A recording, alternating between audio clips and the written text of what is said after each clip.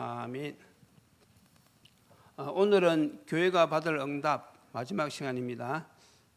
교회가 받을 응답 첫째는 무엇입니까? 현장부터 살리는 것이죠.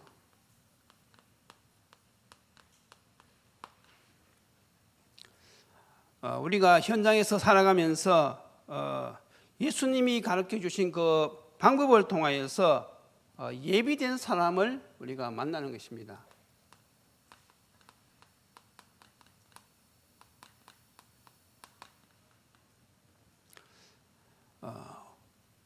우리가 늘 여기에 관심을 두고 기도하면서 인도받다 보면 하나님께서 복음 들을 사람을 만나게 해주시겠지요.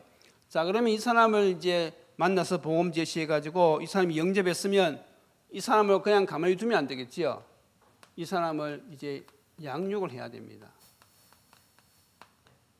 그래서 양육은 이 사람을 성장시키는 것이죠. 장성한 사람으로 만나는 것입니다.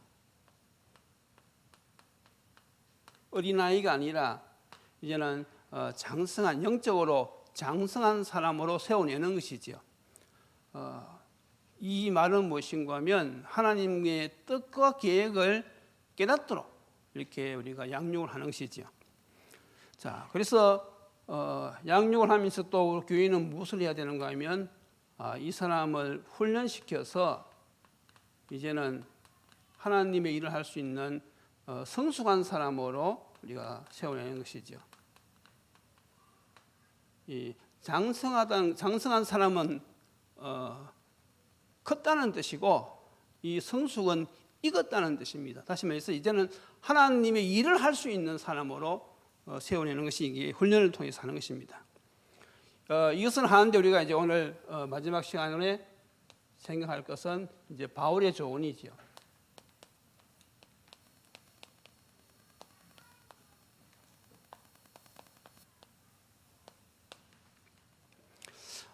바울도 이제 나이가 많이 늙었어요. 그래서 이제 자기가 얼마 남지 않았다는 것을 알고는 영적 제자, 영적 아들 디모데에게 이제 주의 일을 어떻게 해야 되는지 거기에 대한 마지막 이 부탁을 지금 하고 있는 것이지요. 그래서 이 바울이 이 디모데에게 어떤 조언을 했는지, 그러면 오늘날 저와 여러분들이 하나님 일을 해 나가는데 어떤 것을 알고 어떤 자세로 이 일을 해야 되는지 우리가 그것을 마음에 잘 새겨들어야 될 것입니다. 오늘 바울이 마지막으로 뭐라고 부탁했는가 하면 디모데에게 1절에 나오지요. 네 아들아, 그러므로 너는 그리스도 예수 안에 있는 은혜 가운데 강하고 그랬어요. 그래서 은혜 충만한 생활,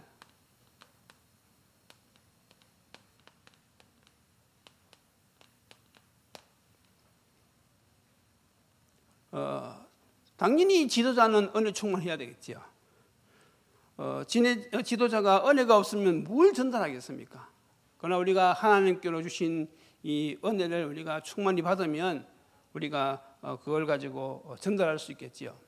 더 나아가서 말씀 운동하는 사역자, 이 사역자들도 정말로 이 하나님 주신 이 은혜, 이것으로 충만해야 됩니다.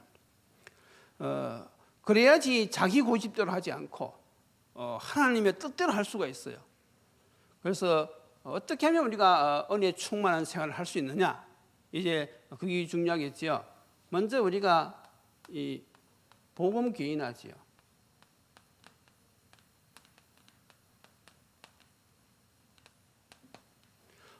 복음이 나의 복음이 되어져야 됩니다. 그래서 제일 좋은 방법이 복음을 정리하는 것이죠.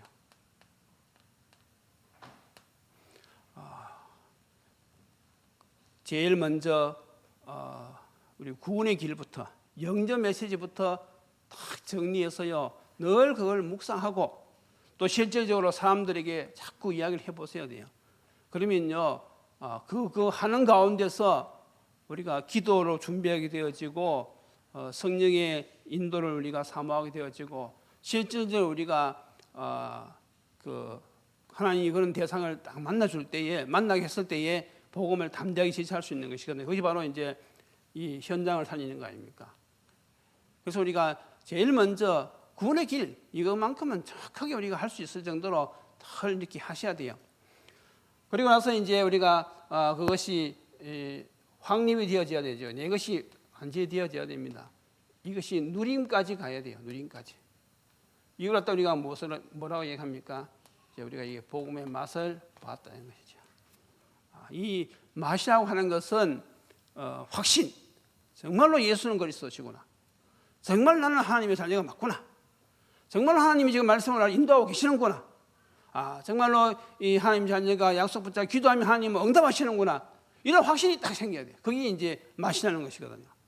그 가운데 우리가 기쁨도 있고요. 그 가운데 우리가 위로도 받고요. 그러니까 이 복음의 맛을 우리가 느끼면요, 인생살이가 너무 즐겁고 평안하단 말이죠. 그래서 우리가 이 주의 일을 하기 전에 먼저 은혜 충만한 자가 되어야 되는데, 그 말은 내가 정말 먼저 이 복음의 맛을 실질적으로 누리는 사람이 되어야 된단 말이죠. 그 출발점이 무엇이라고요? 복음을 정리하는 것이죠. 왜냐하면 말씀은 들음에서 나고 들음은 그리스도의 말씀으로 말미암는다 그랬으니까, 복음이 정리가 되어가지고 그걸 늘 묵상하면요, 믿음이 생겨요. 그러니까 당연히 그 다음 것으로 가기 쉽지요. 그런데 정리가 되어 있지 않는 사람은 믿음이 잘 안 생겨져요. 말씀을 늘 붙잡을 수 없으니까. 그래서 먼저 복음 개인화되어야 되고요. 더 나아가서 이제는 말씀 생활과 기도 생활을 해야 되죠. 이 비밀이 있어야 됩니다. 이걸 유지하는 것이 정말로 하나님이 주시는 이 힘, 이 성령 충만한 상태를 지속을 해야 되잖아요. 언제 문이 열릴지 모르거든요. 그렇잖아요. 어제 내가 성령 충만했지만 오늘은 또 성령 충만해야 된단 말이죠.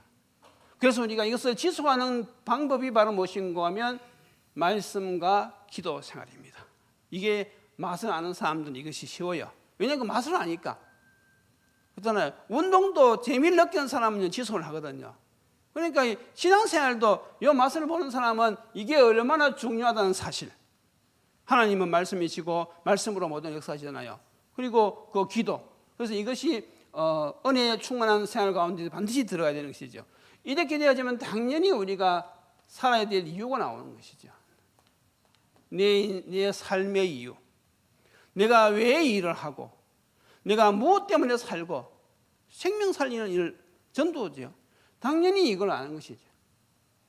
이것을 갖다 우리가 은혜에 충만한 생활이다, 그렇게 이해하는 것입니다.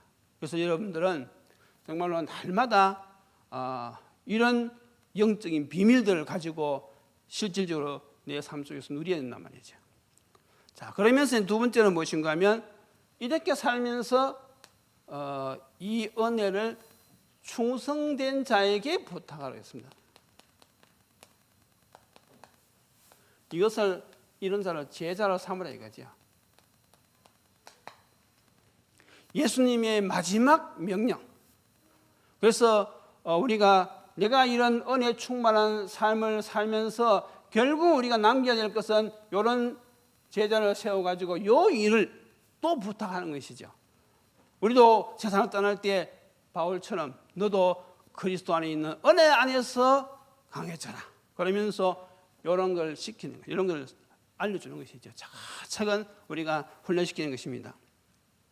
자, 그래서 우리가 이 메시지를 듣는 이유는 무엇입니까? 그러면 나도 저런 제자가 되어야 되겠구나. 그걸 여러분들이 깨달으셔야 돼요. 나도 바울이 디모데에게 부탁했듯이 나도 정말로 하나님이 원하시는 저런 제자가 되어야 되겠구나. 이걸 아는 사람은 쉽게 무슨 말인지 알아듣는 것이죠. 자, 그래서 여러분들이 이 제자를 세우려고 하면 이제 제자를 세우는 과정을 알아야 되겠죠. 자, 이것은 이제 개인을 세우는 그 기준을 했고, 우리는 제자의 관점에서는 제일 먼저 영접이죠. 일단은 사람을 복음을 전해서 이 사람이 하나님의 자녀가 되어야 되는 거 아니겠습니까? 제일 먼저 중요한 것이 영접. 이게 사실 모든 출발점에서도 제일 중요한 것이죠. 자, 영집했으면 그 다음 어떻게 하라고요? 가만히 있으면 안 되겠죠. 이 사람을 양육시키는 것이죠. 장성한 사람으로 이렇게 그러면 또 어떻게 하라고요? 이 사람을 이제는 훈련을 통해서 제자로 세우려는 것입니다. 결국은 이 사람을 파송하는 것이죠. 미션을 주어가지고 현장으로 파송을 하는 것이죠. 이런 제자 세우는 과정도 우리가 알고 있어야 되는 것입니다. 그래야지 우리가 바울이 하는 이 말이 무슨 말인지 적용이 가능하단 말이죠. 그냥 은혜 안에 강하라, 그리고 충성자에게 부탁하라. 그러면 그게 또 뭐 어떻게 사는 것이 은혜 안에 강한 것이고 어떻게 제자를 세워야 되는 것인지 그걸 모르면 한 발자국도 못 나간단 말이죠. 그런데 이렇게 딱 준비되어 있는 사람은 그 말을 할 때야 내가 어떻게 은혜를 받고 또 어떻게 제자를 세우고 그게 이제 탁 이 머리에 남는 것이죠. 그래서 우리가 계속 이렇게 메시지하는 것입니다. 그러면서 이제 세 번째로 이것을 할 때 자세를 이야기하고 있는 것이죠. 어떤 자세로 해야 된단 말입니까? 세 사람을 이야기했어요. 첫째는 그리스도의 군사, 그러니까 병사처럼 하려서 병사. 그리고 경계하는 자, 그리고 농부. 자, 군사는 병사는 무엇인가 하면 본문에 설명했지요. 병사로 복무하는 자는 자기 생활에 얽매이는 자가 하나도 없다고 그랬어요. 다시 말해서 왜 그러냐 하면 병사로 모집한 사람을 기쁘게 하기 위해서 그렇다 했거든요. 우리는 그리스도의 군사입니다. 그래서 우리는 하나님이 기뻐하신 그런 자세로 우리가 일을 해야 된단 말이죠. 그러면요, 이 병사는요, 나머지는 나라에서 다 책임져 주잖아요. 그래서 군에 가면 뭐 뭘 먹을까, 뭘 입을까, 어디에 잘까 걱정할 필요가 없어요. 왜냐하면 제일 중요한 일을 하기 때문에 나라에서 다 그걸 보장을 해줍니다. 그리고 요즘은 월급도 많이 준다고 하더라고요. 그러니까 우리가 이 군 복무에만 전념할 수 있도록 다 해준단 말이죠. 그래서 그거 마찬가지 우리가 정말로 복음을 위해서 살아가면 너희는 먼저 그의 나라와 그 의를 구하면 나머지는 하나님께서 다 책임져 주신다는 것이죠. 그런데 그걸 이렇게 믿음이 있는 사람들은 거기에 아멘하고 믿어져요. 아, 정말로 하나님이 원하시는 이 생명 살리는 일을 위해서 내가 하면 하나님께서 나의 모든 걸 다 책임져 주시는 거라 그것이 믿음이 오고 실질적으로 살아가면서 그 맛을 느끼는 것이죠. 저도 이렇게 제 인생을 이렇게 쭉 돌아보니까요, 별로 한 것은 없는데 근데 하나님께서 다 이렇게 때를 맞추어서 다 이렇게 공급을 해 주시더라고요. 그러니까 감사한 일이죠. 그래서 우리가 이 병사의 자세 항상 우리가 기억해야 되고요. 또 하나는 이 경계하는 자는 어떻게 해야 됩니까? 룰대로 해야 돼요. 룰대로. 다시 말해서 우리는 하나님의 말씀대로 해야 된단 말이죠. 그래서 우리가 이런 하나님의 원하시는 여정 이걸 차근차근 우리가 알아야지 요대로 할 수 있단 말이죠. 아니 뭐 경기에서 아무리 잘 달리면 뭐합니까? 그 룰을 어기버리면 실격이거든요. 실제로 그런 얘기가 있었잖아요. 100m 달리기 하는데 1등하는 선수가 잘 달리다가 다른 코스로 들어가 버렸어요. 그러니까 그거는 실격이거든요. 자기 코스에서 남 코스 들어가면 안 되거든요. 그래서 2등하는 사람이 금메달 땄잖아요. 그러니까 우리가 하나님의 심부름하는 데 있어서 주인이 원하는 대로 해야 된단 말이죠. 그래서 우리가 이 말씀을 알아야지 주인이 어떻게 하기를 원하시는지 알 수 있단 말이죠. 그래서 자꾸 우리가 말씀 훈련을 통해서 하나님이 무엇을 원하시는지 어떻게 하기를 원하시는지 그걸 우리가 자꾸 배워나가는 것이죠. 그리고 농부는 무엇입니까? 농부는 곡식을 먼저 받는 것이 당연하다 그랬어요. 다시 말해서 농부가 수고도 하지만은 하나님의 은혜를 한다는 거죠. 그래서 주의 일은요 하나님의 은혜로 해야 됩니다. 하나님께서 이 귀중한 일을 나에게 맡기셨잖아요. 중요한 일일수록 중요한 사람이 맡기거든요. 그렇지 않습니까? 바울도 보세요. 충성된 자에게 부탁하라 그랬잖아요. 아무에게나 부탁하지 말고 충성된 자에게 부탁하라. 다시 말해서 이런 걸 아는 사람, 하나님의 은혜를 아는 사람이 이 일을 감당할 수 있는 거예요. 그래서 여러분들이 늘 이 구원의 감사와 감격, 이것이 늘 마음에 있어야 되고요. 정말로 이 시대에 나를 부르신 그 하나님의 은혜. 주님은요, 이 땅에 오셔가지고 처음부터 제자들을 불렀거든요. 주님의 사역의 중심이 그겁니다. 그래서 주님이 제자를 부를 때 마가복음에 보면 아무나 부른 것이 아니고 누구를 불렀습니까? 원하는 자들을 부르시니 나온다 그랬어요. 누가 원한단 말입니까? 주님이 원하셔서 불렀단 말이죠. 그러면 이 시대에 저와 여러분들이 예수를 믿고 지금 우리가 이 세계복음의 방향을 맞춰서 신앙생활 하는 것은 결국은 누가 원하셔서 우리를 부른 겁니까? 이미 여러분들은 주님이 원하셔서 부름을 받은 사람들입니다. 맞습니까? 내가 지금 이 복음이 믿어지고 이 자리에 지금 나와서 예배 드리고 있다는 것 자체가 무엇인가 하면 주님이 원하셔서 부르신 거예요. 그리고 주님이 부르실 때는요, 특징이 있습니다. 무엇인가 하면요, 모집하지 않고 선발했어요. 한 사람 한 사람을 주님은 하나님의 자녀로 이 시대의 전도자로 부르셨다는 사실, 여러분들 믿으십니까? 그러니까 하나님은 전능하시잖아요. 그러니까 모든 개개인을 너무나 잘 알고 계세요. 그래서 내가 내 자신을 바라볼 때는 부족한 것이 너무나 많지요. 그런데 하나님은 나 같은 사람을 불러셔서 하나님이 원하시는 일을 하신단 말이죠. 그래서 성경에도 보면 모세가 있잖아요. 하나님이 모세를 불러가지고 내가 내 민족을 애굽에서 해방시킬 테니까 너는 가라. 그러면 누가 하신단 말이죠? 하나님이 하시겠다는 것이거든요. 그냥 가면 되는데 모세는 자꾸 자기 모습을 보니까 저희 지금 나이가 많지요. 지명수배자지요. 내가 어떻게 그걸 하겠냐고. 하나님이 다 하시겠다고 하면 아멘 하고 예 알겠습니다 하고 가면 되는데 모세는 그렇게 못했단 말이죠. 나중에는 하지만 이 시도 마찬가지입니다. 하나님이 우리를 부르셔서 하나님이 하시겠다는 거예요. 우리는 자꾸 내 모습, 내 환경을 보고 낙심하잖아요. 그러니까 복음이 정리가 되어지고 누리는 사람은요, 늘 주님을 바라보지 나 자신을 바라보지 않습니다. 여러분들 인생은요, 주님이 이미 계획을 가지고 부르신 인생이기 때문에 반드시 하나님께서 끝까지 책임지고 인도하실 줄을 믿습니다. 그래서 여러분들이 믿음을 가지고 순종하면 돼요. 그래서 우리가 늘 이 은혜 속에서 이런 자세로 병사와 같이 경계하는 자와 같이 농부하던 자세로 우리가 전도의 삶을 살면 되는 것이지요. 자, 그러면서 이제 좋은 것만 이야기한 것이 아니지요. 3절에 보면 뭐라고 이야기했습니까? 나와 함께 고난도 받으라고 했어요. 3절에 보세요. 너는 그리스도 예수의 좋은 병사로 나와 함께 고난을 받으라.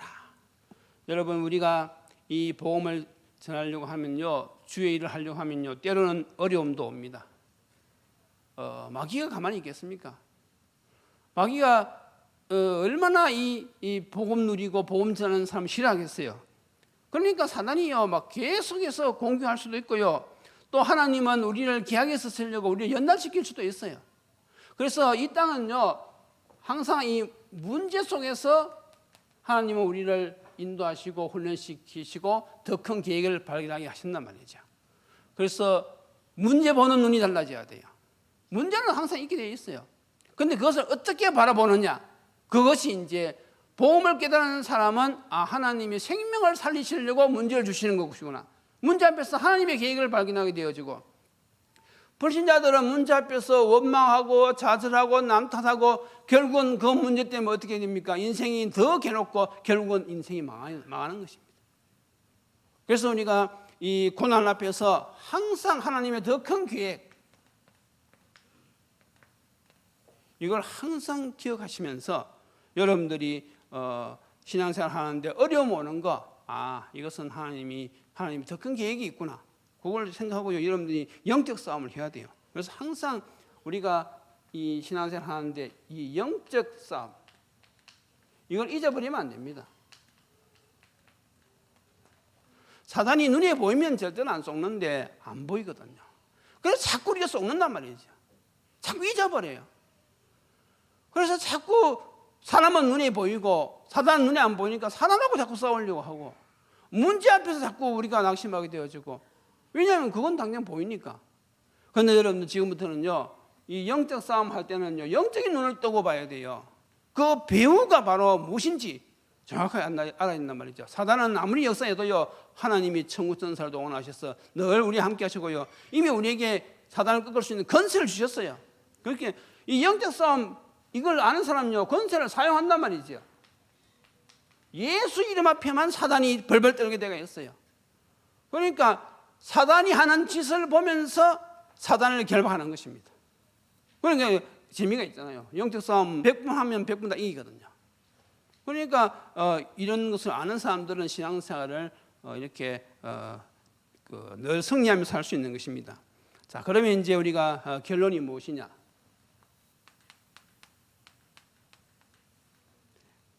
우리가 이 바울의 조언을 우리가 생각하면서 먼저 우리가 주님이 하신 말씀을 따르는 것인데, 주의 말씀을 청종을 해야 돼요.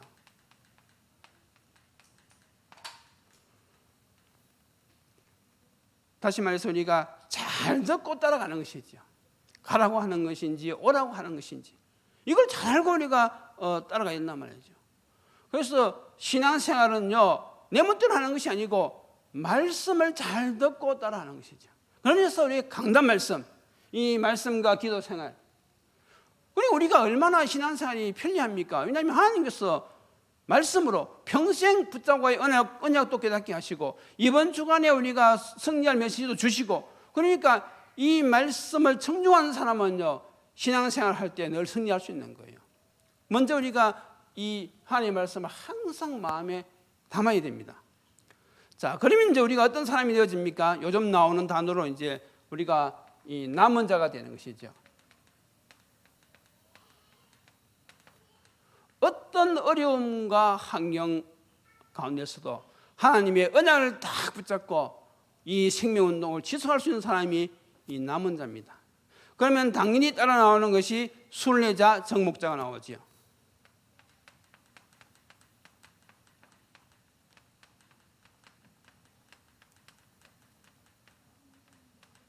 이게 우리가 우리의 정체성입니다. 그러면서 또 요즘 나오는 것이 또 무엇입니까? 플랫폼. 그러면 당연히 나오는 것이 무엇이죠? 파수망대, 그리고 안테나. 요즘 저런 단어들이 계속 나오는 것이죠. 결국 이걸 종합하면 우리가 무엇을 하자는 것입니까?